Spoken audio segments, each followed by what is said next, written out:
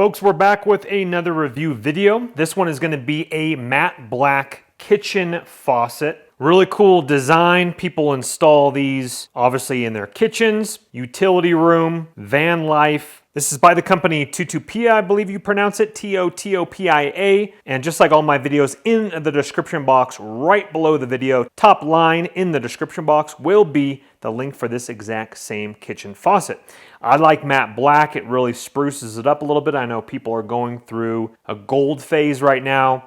Matte black, brushed nickel, but I'm going to be replacing a brushed nickel faucet in my theater room, which we're in right now, which I'm actually remodeling. So we're going to replace it with this matte black. All right, let's see what we got inside here. We got our little instruction manual. Now I'm going to show you some key installation features, which will be similar to yours probably. Okay, so first and foremost, right off the bat, you got your hardware right here for underneath the sink. You got your tube line right here with your screw-on nuts right here. That is for hot and cold. And if you can see that, you got a red and blue around the cabling there for hot and cold. And then let's go ahead and get out our faucet here. So this is a really cool design. It actually has some nice weight to it as well. Does not feel flimsy in my hand. We'll get some better shots, of course, of using this here, but let's go ahead and take a closer look. So in between is going to be the gray hose, in between matte black coiled up.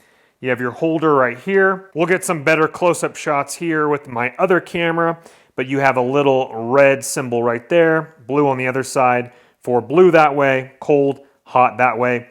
And the handle feels very nice, very smooth. Not cheap, not like clunk, clunk, clunk. Very nice and smooth as we're going back and forth.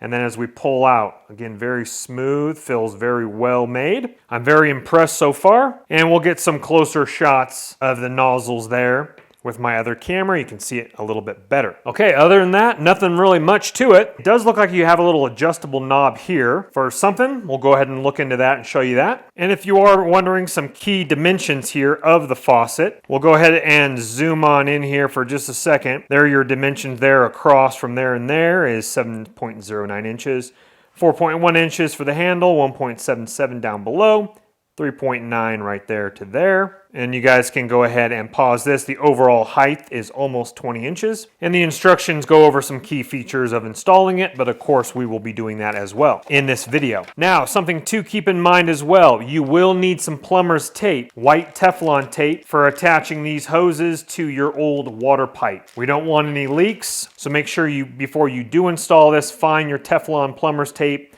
I'll link it in the description box below if you don't have some. When you order this, you can order some plumber's tape as well. Okay, folks, first and foremost, what you want to do is you want to turn off the water to your faucet or wherever you're going to be installing this. These are my copper water pipes coming in with my turn valves here. These need to be upgraded eventually, but for right now, they work. So in my case, these tighten clockwise to shut off the water. And so here is my hot one. That is now completely tightened that way and completely tightened clockwise if you're looking at it there. As you can see, the blue marking, that's my cold and that's my hot right there. So now that the water is off down below, let's come on up and test this. Okay, no water. That's a good sign right there. Again, brushed nickel, it's a classic, but I want to upgrade this as well. This is going to be my theater room right here. This is the theater extra kitchen. There's 2 kitchens in this house. And so I'll eventually do quartz marble countertops, better tiling in the back, but this will upgrade for right now. Probably a new sink as well. So now that the water is off, you want to go ahead and see what you're looking at here down below. This is my weight for my drop right here. You guys probably have one of these. That's what I'm talking about, is in the weight that goes back up like that. So how to remove this now is we're going to go ahead and take a wrench.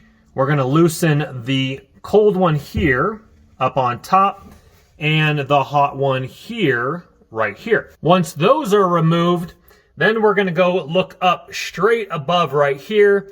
As you can see, these screws right here, I'm going to have to loosen those up. And so I can slip the whole entire faucet straight up through the sink. And this is just one piece right here, and this whole thing will lift up once those are loosened there. let's go ahead and get started. So yours is probably going to be like this. So after we saw those two small bolts that were locked into that washer underneath there, then you're going to have this like washer thing. Let me just go ahead and show you here. We're actually going to have to bring this, I think, down from below. As you can see there, we'll talk you through how I got that off in just a second here. So the bolts were attached to this. This was screwed on top. This was kind of in there kind of tight. So what I did is I held this with my left hand and I rotated the faucet to loosen that up, and then it freely gave. Then I pulled up the cabling through the top hole here. This just literally came straight up off the top of it here. But then you're gonna have to unscrew the little nuts, bolts on your weight. That drops down below, as did this little thing we just saw. And then the whole kitchen faucet is able to remove right there. Now this kitchen faucet is not in terrible condition, so we're gonna go ahead and reattach the weight and then donate that for Habitat for Humanity. They'll be able to sell that, my guess is $5-10, but you know what? Definitely helps in the long run. So we'll go ahead and put that aside for right now. All right, this is where the directions aren't as clear, so hopefully this video will help you. Okay, so now we have our hoses screwed into the brass bottom right here. And I just used some pliers very carefully, putting them around the steel plate here again carefully, and then tightening those nice and tight. You're gonna have a couple O-rings there, double O-rings down at the bottom to prevent water leakage. Make sure that you put the blue one closest to the blue handle, and if you moved it the opposite direction, the red would be right here as well. Now, also remember which one is which for your hot and cold. My hot is the left, my cold is the right. Make sure you remember that upon disinstallation of the old one. Then below, we have a black O-ring that's supposed to fit in this little cylinder here, all the way around. Not a perfect fit, but we'll make it work. And then this goes on here like this. Now, also something to keep in mind, unfortunately, or fortunately for you guys, this is a single spout right here, meaning that I actually had to borrow my other plate mount, as you see right here from my old faucet. I'll eventually paint that matte black or get a new sink that only has a one tube in it. So this will be a little bit more sleek looking like that. If not, unfortunately, the product does not come with a cover like that if you have 3 holes, so just use your old one from your old sink. Okay, with this in mind right here, now we're gonna slip this down through our center tubing there. And then once these are on, now I actually jumped backwards because I forgot remove those rings down below here. I just set them aside right there. Screw this on, this is threaded right here, so with 2 hands, I'm gonna screw that on nice and hand tight.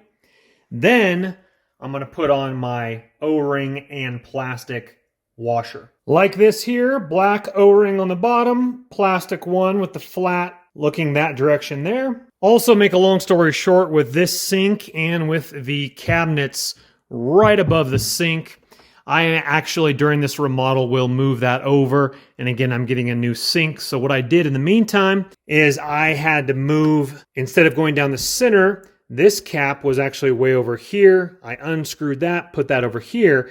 Now, instead of using this hole, I'm gonna use this hole right here with my bottom brace right here. Now the faucet's gonna go down through here.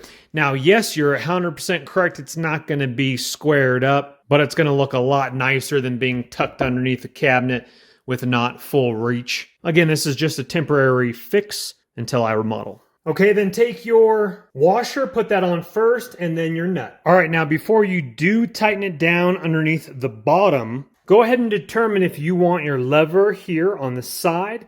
You could even do it over here on this side.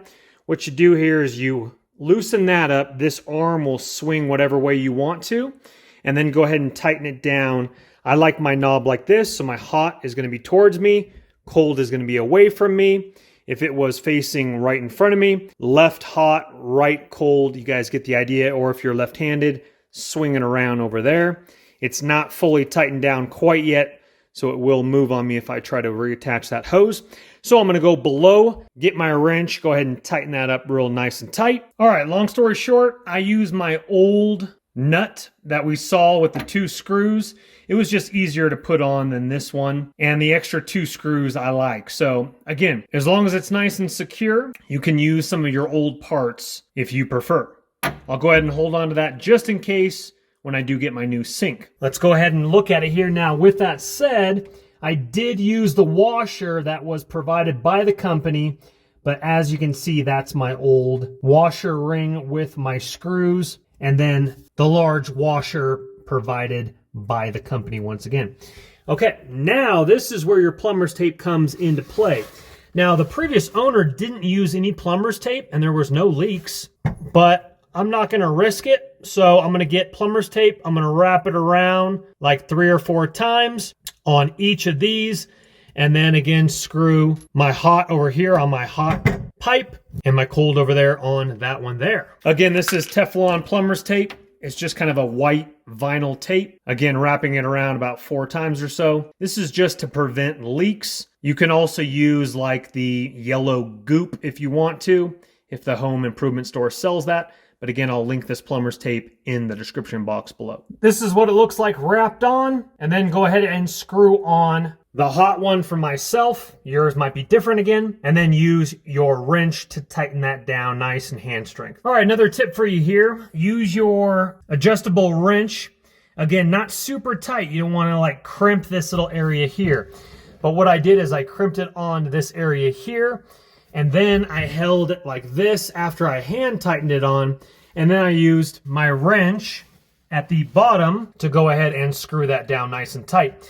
The problem is if you just use the wrench and not this holding it still, what's gonna happen is that this whole entire cable is gonna wrap around as you're tightening it, and then you're gonna get some like creases in it.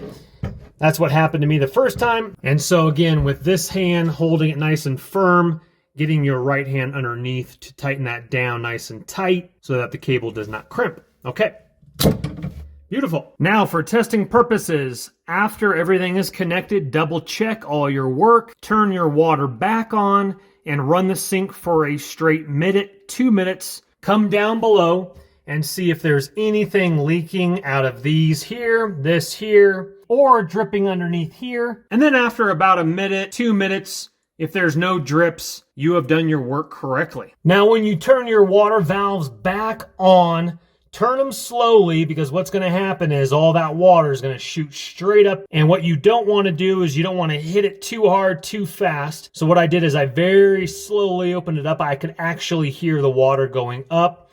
But again, very slowly at first, get a little bit of flow up there, and then go ahead and open up your valves. What that does is that just prevents a lot of like gushing water, boom, going up to your O-rings super fast. So now that my water is open, now we're going to go ahead and test my work. Obviously, we also want to test to make sure we did it correctly, that hot is hot and blue is blue. So let's go ahead and turn it on. And I would also recommend doing that slowly at first as well.